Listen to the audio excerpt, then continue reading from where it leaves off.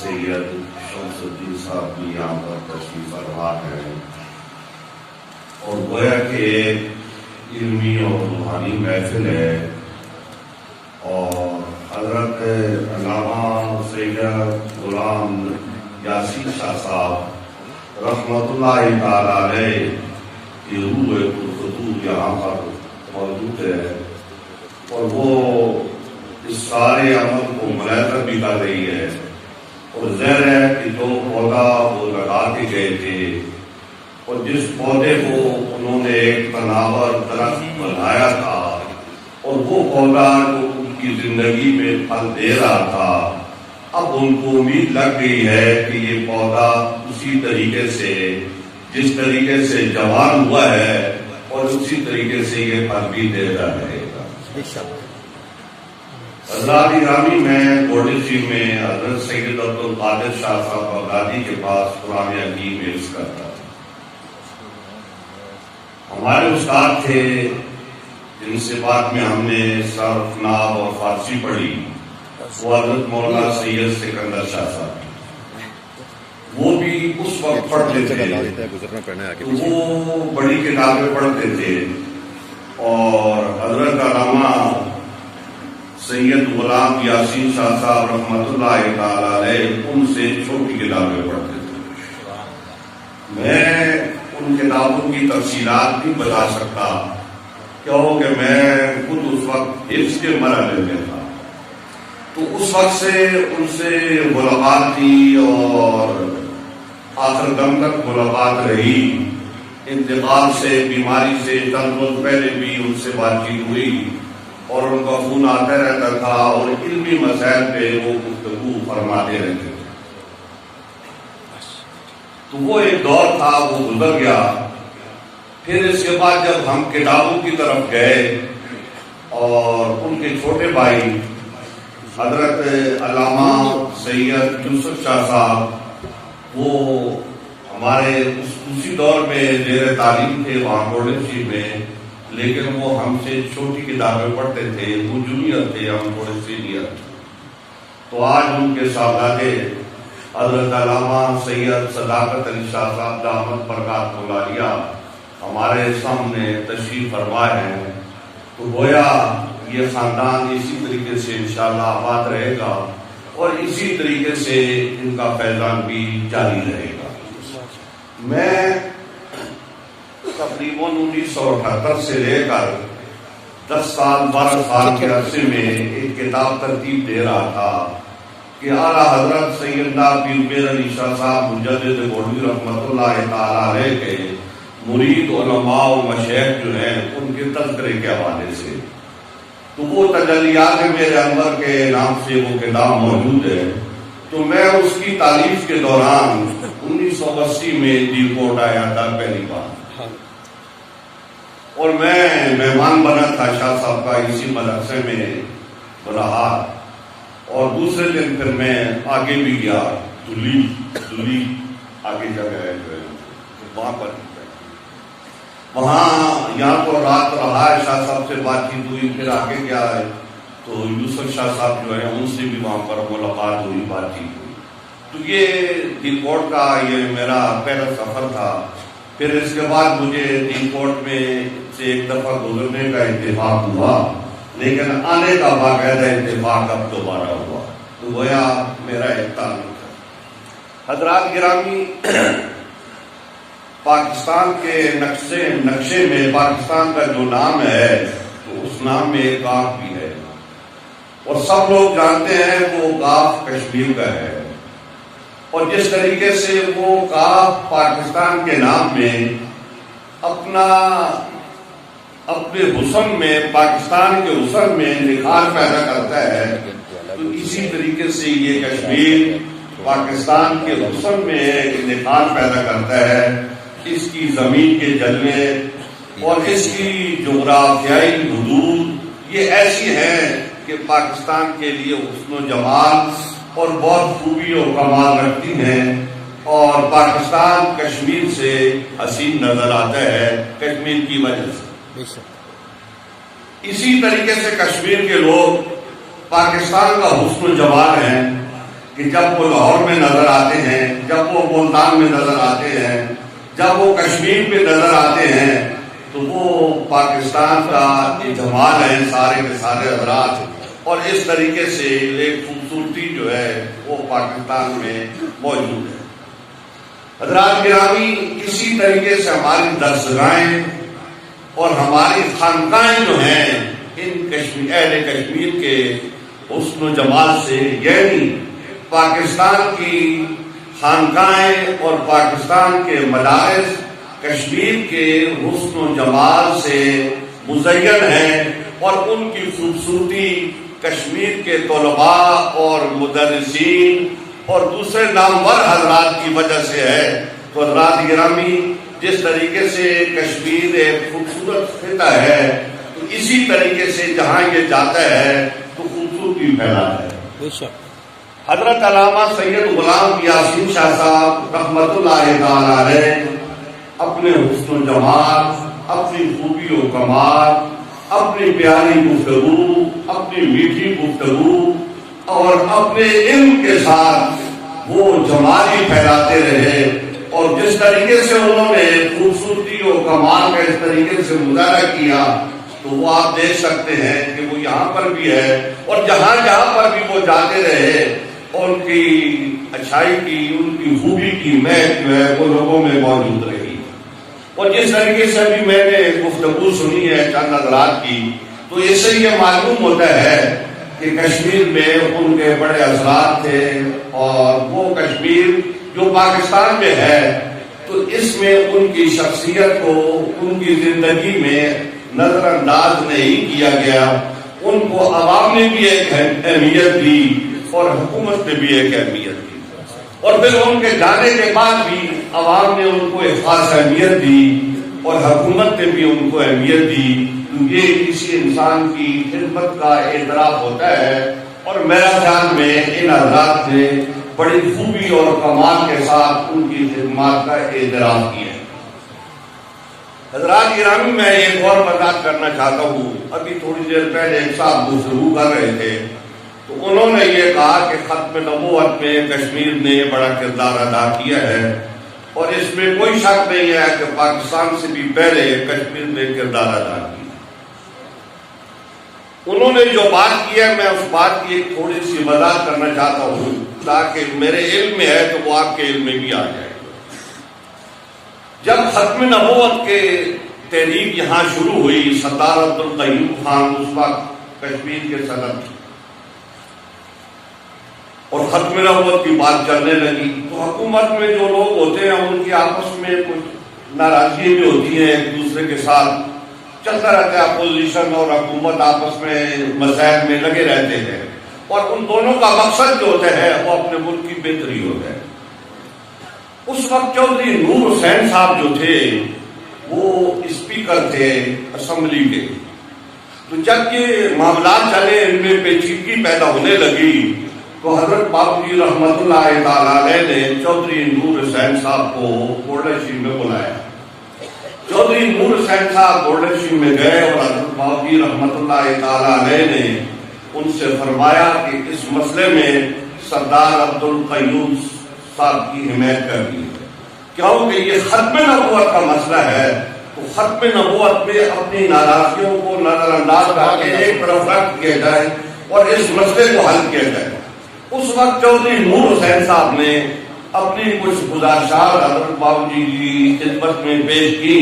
لیکن حضرت باپوجی نے ان کی ساری باتیں سننے کے بعد انہوں نے کہا یہ ساری باتیں بات کی ہیں، اس وقت صرف ختم نبوت کی بات ہے، تو آپ نے ہر طریقے سے سردار عبدالقیوم خان کا یہ جو مشن ہے اس کی حمایت کرنی ہے اور اس کی تائید کرنی ہے۔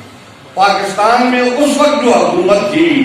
تو اس کے خیالات اچھے نہیں تھے اس وقت اور درست نہیں تھے، وہ اس حوالے سے کارروائی کرنا چاہتی تھی، لیکن باہر گیا جب چودھری نور حسین صاحب نے سردار عبدالقیوم خان صاحب کی اس مسئلے میں بھرپور حمایت کی اور حضرت باپوجی رحمت اللہ تعالی علیہ کے کہنے پر کی، تو صورتحال بہتر ہو گئی اور کشمیر کو ختم نبوت کے مسئلے میں بھی پورے پاکستان کے اوپر ایک فوقیت حاصل ہو گئی، اور پھر وہی مسئلہ پاکستان میں پیش ہوا اور اسی حساب سے اس کو حل کیا گیا جس طریقے سے اہل کشمیر نے اس مسئلے کو حل کیا۔ حضرات گرامی، اب میں آپ سے یہ بات عرض کرتا ہوں کہ آج آپ اس محفل میں حاضر ہوئے ہیں تو حضرت علامہ سید غلام یاسین شاہ صاحب رحمۃ اللہ تعالی علیہ ایک عالم دین ہے، اور عالم دین چھپتا کہیں نہیں ہے، نہ ادھر چھپتا ہے اور نہ ادھر چھپے گا۔ اور ویسے جو دنیا کا دستور ہے، میں تفصیل میں تو بات نہیں کروں گا، مختصر عرض کروں گا کہ جو اس دنیا میں ایک دفعہ آتا ہے تو پھر وہ کہیں جاتا نہیں ہے، وہ ادھر ہی ہوتا ہے، کبھی اس طرف ہو جاتا ہے کبھی اس طرف ہو جاتا ہے، کہ وہ اپنی زندگی یہاں پر گزارتا ہے تو گزارنے کے بعد برزخ میں چلا جاتا ہے۔ اور وہ چھوٹا سا بچہ جو اس دنیا میں آیا اور اس نے اذان سنی اور اس کے بعد وہ چلا گیا تو وہ بھی موجود ہوتا ہے، وہ بھی کہیں نہیں جاتا۔ حضور اکرم صلی اللہ علیہ وسلم ارشاد فرماتے ہیں کہ وہ قیامت کے روز اپنے باپ کی سفارش کرنے کے لیے وہاں کھڑا ہو جائے۔ تو جب وہ بچہ موجود ہے اور وہ ادھر بھی موجود ہے ادھر بھی موجود ہے تو پھر وہ عالم دین جس نے 50-60 سال علم کی اور دین کی اشاعت پہ گزارے ہوں تو اس میں جانا کدھر ہے؟ وہ ادھر بھی ہے ادھر بھی ہے۔ سوال یہ پیدا ہوتا ہے کہ اب ہم نے کیا کرنا ہے؟ ہم نے ان کے مشن پر چلنا ہے، ان کے راستے پر چلنا ہے، جس راستے پر وہ آپ کو لگا کے گئے ہیں تو اس راستے پر آپ نے قائم رہنا ہے۔ تو حضرت سید غلام یاسین شاہ صاحب رحمۃ اللہ تعالی علیہ، اللہ تعالیٰ ان کی خبر کو روشن کرے اور اللہ تعالیٰ انہیں جنت الفردوس میں اعلیٰ مقام دے۔ وہ اس دنیا میں جو انہوں نے اپنے 60-70 سال گزارے ہیں یہ بڑے شاندار گزارے ہیں، بڑی خوبصورتی کے ساتھ گزارے ہیں، اور ایک عالم دین کو اسی وقار اور اسی مرتبے کے ساتھ جو ہے اپنا وقت گزارنا چاہیے۔ حضور اکرم صلی اللہ علیہ وسلم نے علماء دین کے بارے میں بہت ساری باتیں ارشاد فرمائی، لیکن جو ایسے کریمہ میں نے آپ کے سامنے تلاوت کی ہے اس میں اللہ رب العزت جو ہے خود علماء دین کے بارے میں ارشاد فرما رہا ہے کہ یرفع اللہ الذین آمنوا منکم والذین اوتوا العلم درجات، کہ وہ لوگ جو اصحاب علم ہیں اللہ رب العزت ان کے درجات کو بلند کرنے والا ہے، ان کو عزت دیتا ہے، ان کو مرتبہ دیتا ہے، اس دنیا میں بھی ان کو عزت دیتا ہے۔ اور وہ جو زندگی آئے گی بعد والی، اب برزخ کی آ جاتی ہے، پھر برزخ کے بعد آخرت کی زندگی ہے تو اس میں بھی ان کو عزت اور مرتبہ ملتا ہے۔ حضرات گرامی، جو علماء کرام یہاں پر تشریف فرما ہیں وہ اس بات کا ادراک رکھتے ہیں کہ حنفیت جو ہے وہ عالم کو بڑی اہمیت دیتی، جو بھی عالم ہوتا ہے اس کو بڑی اہمیت دیتی، حتیٰ کہ حضور اکرم صلی اللہ علیہ وسلم کے صحابہ کرام میں جو عالم ہیں ان کو وہاں پر بھی فقہ حنفی فوقیت دیتی ہے، صحابہ کرام میں بھی۔ کیوں؟ کہ یہ بات طے ہے اصول فقہ میں کہ ایک صحابی وہ ہے کہ جو عالم ہے اور ایک صحابی وہ ہے کہ جو عالم کا مطلب مجتہد ہے، تو وہ جو مجتہد عالم ہیں ان کو ایک فوقیت اور مرتبہ حاصل ہے۔ حضرت ابو ہریرہ رضی اللہ تعالیٰ عنہ مجتہد نہیں ہے، حضرت عبداللہ بن مسعود رضی اللہ تعالیٰ عنہ مجتہد ہے، لیکن اصول شاشی سے لے کر ہماری اصول فقہ کی آخری کتاب تک آپ دیکھ لیں تو اس میں وہ اس بات کی وضاحت کرتے ہیں کہ حضور اکرم صلی اللہ علیہ وسلم کی ایک روایت وہ ہے کہ جو عالم صحابہ جو ہے مجتہد صحابہ، عالم سے مطلب مجتہد صحابی روایت کر کے بتاتے ہیں نبی علیہ السلام نے یہ بات ارشاد فرمائی، اور دوسرے غیر مجتہد صحابی جو ہیں وہ یہ بات ارشاد فرماتے ہیں کہ حضور اکرم صلی اللہ علیہ وسلم نے یہ بات ارشاد فرمائی، تو دونوں کی روایت میں فرق ہوگا، مجتہد صحابی کی روایت کو ترجیح ہوگی۔ تو حضرات گرامی، فقہ حنفی کا یہ دستور ہے کہ وہ اہل علم کو بڑی اہمیت اور بڑا درجہ دیتی ہے، اور پھر وہ صحابہ کرام کے نام بھی لیتی ہے کہ یہ صحابہ جو ہیں ان کی روایت کو ہم زیادہ اہمیت دیں گے اور ان کی روایت کو ہم کم اہمیت دیں گے ان کے مقابلے میں۔ ابھی تھوڑا سا پہلے میں کتاب فقہ حنفی کی محیط البرہانی وہ دیکھ رہا تھا، اس میں صحابی کی بحث میں انہوں نے یہ بات بھی کی کہ ایک صحابی وہ ہیں کہ جن کو حضور اکرم صلی اللہ علیہ وسلم کی طویل عرصہ رفاقت حاصل رہی، آپ کی قربت پہ رہے، صحبت پہ رہے، اور ایک صحابی وہ ہیں کہ جن کو تھوڑا سا عرصہ ملا حضور اکرم صلی اللہ علیہ وسلم سے رفاقت، تو وہ فرماتے ہیں کہ فرق کیا جائے گا روایت کہ جس صحابی کو نبی علیہ السلام کی صحبت زیادہ ملی ہے اس کی روایت اولا ہوگی اس صحابی سے جن کو نبی اکرم علیہ السلام کی صحبت کم ملی۔ تو مطلب کیا ہوا؟ مطلب یہ ہوا کہ مرکز جو ہے وہ حضور اکرم صلی اللہ علیہ وسلم کی ذات گرامی ہے، جو جتنا قریب ہے اتنا مرتبہ بلند ہے، جو 23 سال قریب ہے اس کا مرتبہ بلند ہے، جو ہر عید سے قریب ہے اس کا مرتبہ بلند ہے۔ تو حضرات گرامی، جتنے جو لوگ حضور اکرم صلی اللہ علیہ وسلم کی قربت پہ رہے ہیں تو ان کے درجات بلند ہیں۔ ایک قربت وہ ہوتی ہے کہ جو ایمان کی قربت ہے حضور اکرم صلی اللہ علیہ وسلم کے ساتھ ان کی، اور دوسری قربت یہ ہے کہ ایمان کی بھی قربت ہے اور قرابت کی بھی قربت ہے۔ تو ظاہر ہے ان کے درجات جو ہیں وہ اپنے اپنے مقام پر ہیں، اور یہ سارے لوگ جو ہیں جتنی قربت نبی علیہ السلام کی زیادہ ہے اتنا ہی اس کا درجہ بھی زیادہ ہے۔ حضرات گرامی، اہل سنت کا جب نام پڑا تو اس وقت معتزلہ اور خوارج اور یہ سارے فرقے موجود تھے۔ تو اہل سنت کے اندر جو ہے ہمیشہ ایک اعتدال رہا، توازن رہا، توسط رہا، اور انہوں نے اپنا نام اسی لیے اہل سنت و جماعت تجویز کیا، اور پھر اکثریت اسی کے اوپر اس وقت بھی تھی، آج بھی اسی کے اوپر ہے۔ تو حضور اکرم صلی اللہ علیہ وسلم کے صحابہ کرام ہیں اور آل بیت ہیں، تو اہل سنت کا طریقہ یہ رہا ہے کہ وہ صحابہ اور آل بیت کے سائے میں چلتے رہے، دونوں سے رہنمائی حاصل کرتے رہے، صحابہ کرام سے بھی اور حضرات آل بیت سے۔ تو یہ ایک طریقہ کار ہے اور آج تک وہی چلا رہا۔ اب کچھ اہل سنت بدلے بدلے لگتے ہیں، اب کچھ ان کے رویوں میں تبدیلی آ گئی ہے۔ اب وہ کہتے ہیں کہ ہم سادات کی عزت نہیں کریں گے، سادات آپ سے عزت کی بھیک نہیں مانگ رہے، سادات اس بات کے محتاج نہیں ہے کہ وہ آپ سے عزت کی بھیک مانگے، ان کو اللہ نے عزت دی ہے۔ نعرہ تکبیر، نعرہ رسالت، نعرہ حیدری۔ حضرات گرامی، حضرت امام حسن علیہ السلام سے ایک مرتبہ ایک ناسبی نے پوچھا، جو اس وقت ناسبیت کھڑی ہو رہی تھی، انہوں نے پوچھا، سوال کیا کہ آپ ابن علی ہو، لوگ آپ کو ابن رسول اللہ کیوں کہتے ہیں؟ تو حضرت امام حسن علیہ السلام نے فرمایا، لگتا ہے یہ آپ قرآن حکیم نہیں پڑھتے۔ انہوں نے کہا نہیں، قرآن حکیم تو پڑھتا ہوں۔ انہوں نے کہا اگر قرآن حکیم پڑھتے ہو تو قرآن حکیم میں اللہ تعالیٰ نے فرمایا ہے، فَقُلْ تَعَالَوْا نَدْعُ أَبْنَاءَنَا وَأَبْنَاءَكُمْ وَنِسَاءَنَا وَنِسَاءَكُمْ وَأَنفُسَنَا وَأَنفُسَكُمْ۔ سبحان اللہ۔ یہ وہ مباہلے کا جو حکم ہوا تو اس میں حضور اکرم صلی اللہ علیہ وسلم ابناء میں کس کو لے کے گئے؟ مجھے اور میرے بھائی حسین کو لے کے گئے۔ حضرات گرامی، حضرت امام حسن علیہ السلام نے فرمایا کہ یہ اعزاز ہمیں اللہ نے دیا ہے،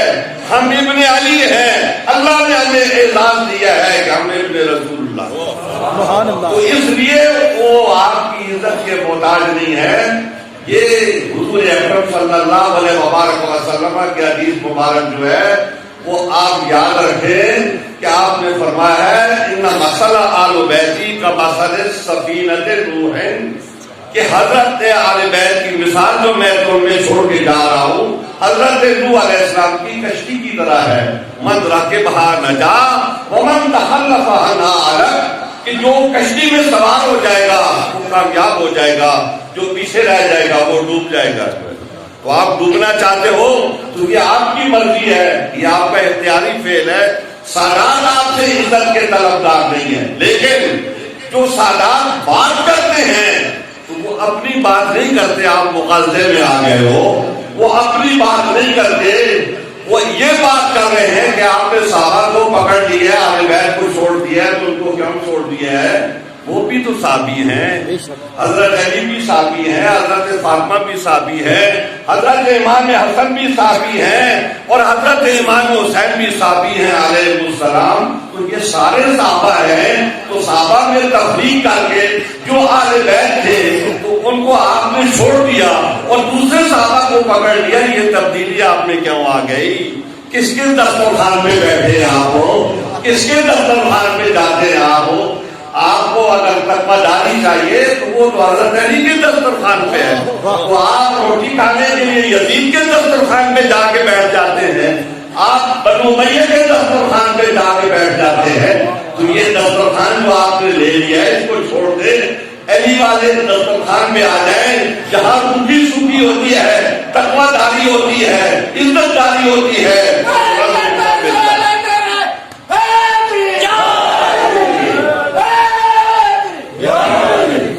حضرات کی اپنی بات یہ ہے کہ جب ہم یہ بات کرتے ہیں کہ آل بیت کو لے کے چلا جائے، ان کے سائے میں چلا جائے، تو ہم ان حضرات کی بات کرتے ہیں۔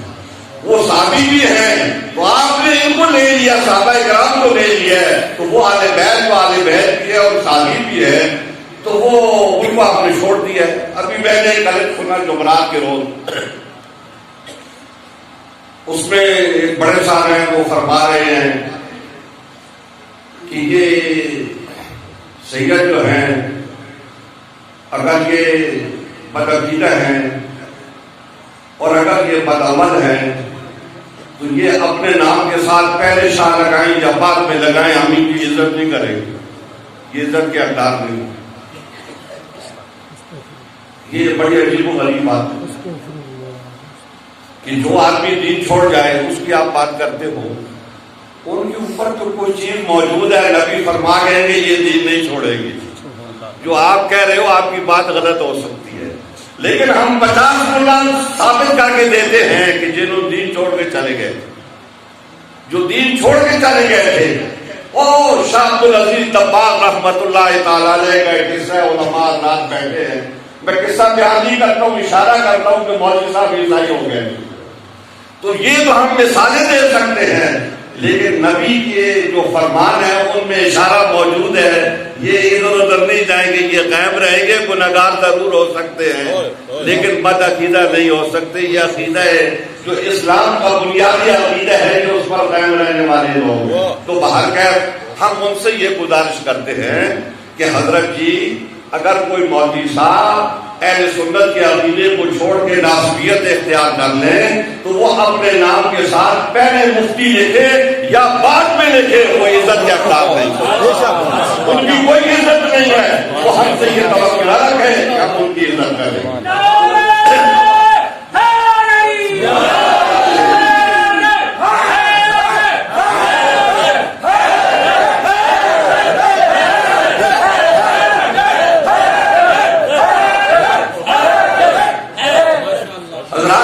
یہ جو بات شروع ہو گئی ہے تو یہ اتنی آسانی سے ختم بھی نہیں ہوگی اور اتنی جلدی ختم بھی نہیں ہوگی، تو میں ان کی خدمت میں گزارش کروں گا کہ یہ اس کے لیے کمر کس لیں اور تیار ہو جائیں، اور یہ مقابلے میں آپ کو آنا پڑے گا اور اپنے نظریات جو اہل سنت کے نظریات ہیں، اس سے ہٹ کے کوئی چیز نہیں، وہ آپ کو ان لوگوں سے قبول کروانا پڑیں گے، لیکن اس کے لیے ہم دلیل کی قوت چاہتے ہیں، اور دلیل کی قوت مدرسے سے ملتی ہے، کیونکہ عالم مدرسے میں بیٹھا ہوتا ہے۔ تو اس لیے ہم سب حضرات سے درخواست کرتے ہیں کہ وہ اپنے مدارس میں ان کو پختہ کریں، ان کو مضبوط کریں اور نئے نئے مدارس قائم کریں، کیونکہ یہ مقابلہ ذرا آگے جائے گا، لمبا ہوگا، تو اس میں آپ نے مقابلہ کرنا ہے اور علم کا ہتھیار آپ کے پاس ہونا ہے اور اہل سنت کا تاج جو ہے وہ آپ کے سر پہ ہونا ہے۔ تو یہ دونوں باتیں جو ہیں اس میں آپ کو کامیابی اور فتح ملے گی اگر ہم اس پہ عمل پیرا ہو جاتے ہیں۔ اللہ تعالیٰ حضرت علامہ غلام یاسین شاہ صاحب رحمۃ اللہ تعالیٰ علیہ کو جبار رحمت میں جگہ دے، اور انہوں نے جو یہ ادارہ قائم کیا ہے اللہ تعالیٰ اس کو ترقی عطا فرمائے اور اسی طریقے سے اس کو آباد و شاد رکھے اور لوگ آتے رہیں یہاں سے علم دین حاصل کرتے رہیں اور پھر اپنی بات کو دلیل کی قوت کے ساتھ لوگوں تک پہنچاتے رہیں۔ اے اللہ ہم سب لوگوں کو اس بات کی توفیق عطا فرما۔ وآخر دعوانا